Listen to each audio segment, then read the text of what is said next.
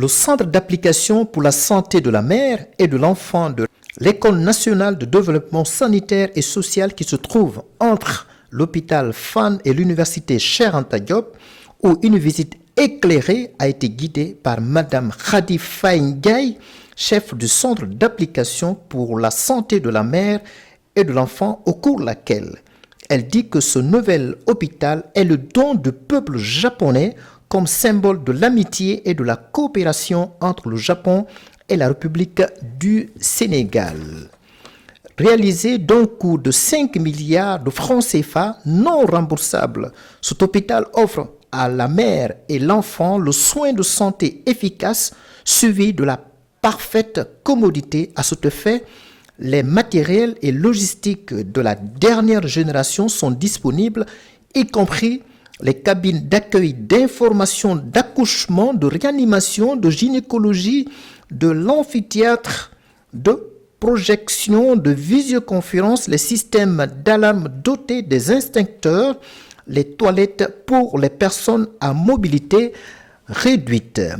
Ce centre a été financé et gracieusement offert par le peuple japonais au peuple sénégalais à travers la coopération japonaise, la JICA,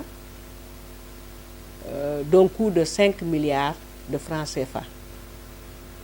Il a été inauguré le 28 novembre 2023 en présence du ministre de l'Enseignement supérieur, de la Recherche scientifique et de l'Innovation, M. Moussa Baldé, professeur Moussa Baldé, en présence aussi du vice-ministre des Affaires étrangères du Japon.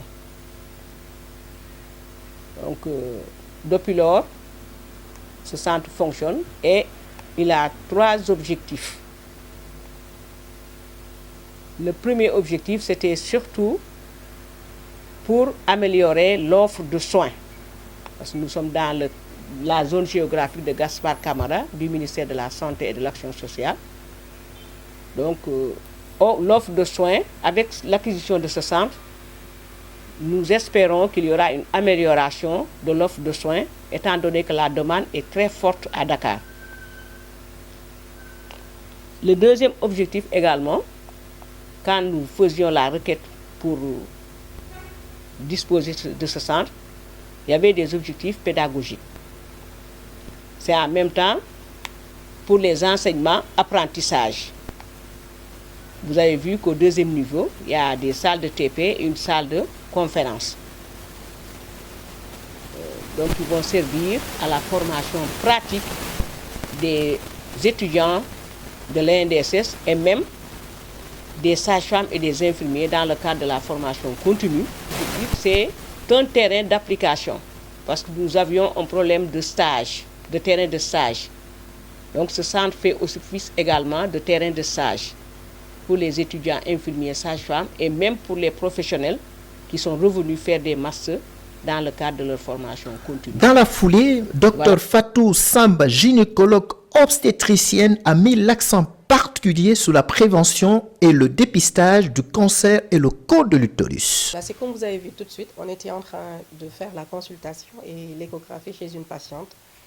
Et les consultations, c'est chez toutes les femmes, filles, donc patients de sexe féminin.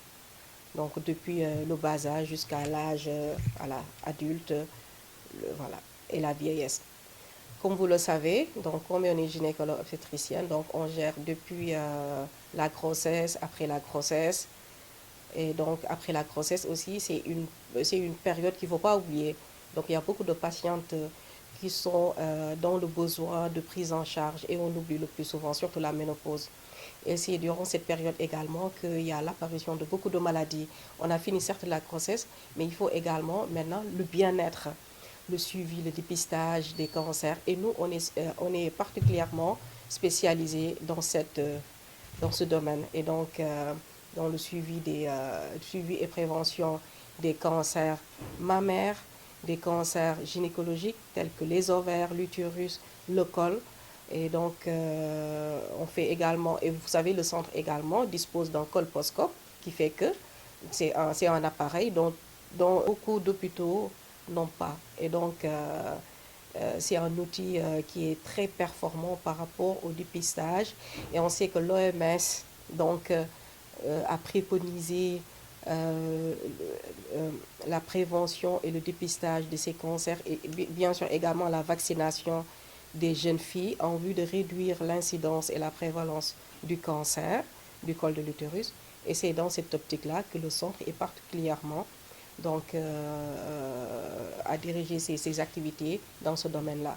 Mais par rapport à la santé de la mère également, comme vous le savez, on est dans une région ou bien dans un pays où la santé maternelle et néonatale pose d'énormes problèmes en matière d'offres de soins. On a d'énormes difficultés par rapport à cela. Et donc, si ce centre-là s'ouvre, je pense que c'est à son heure.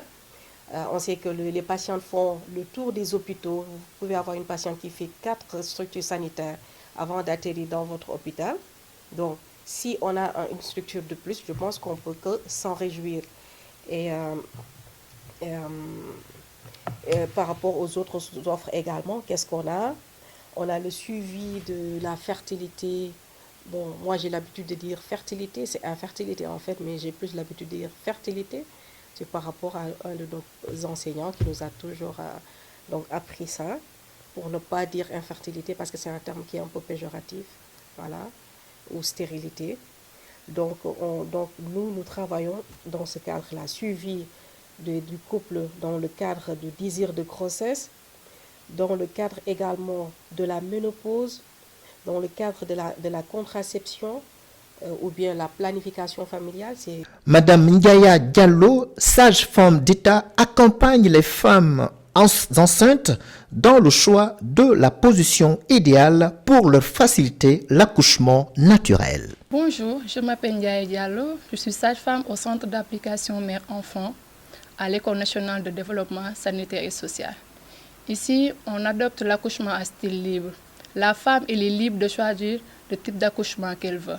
Soit elle peut être debout, elle peut être assise, allongée. Pour cela, nous avons la balance, nous avons les ballons, nous avons une corde, une table gynécologique et la tatami.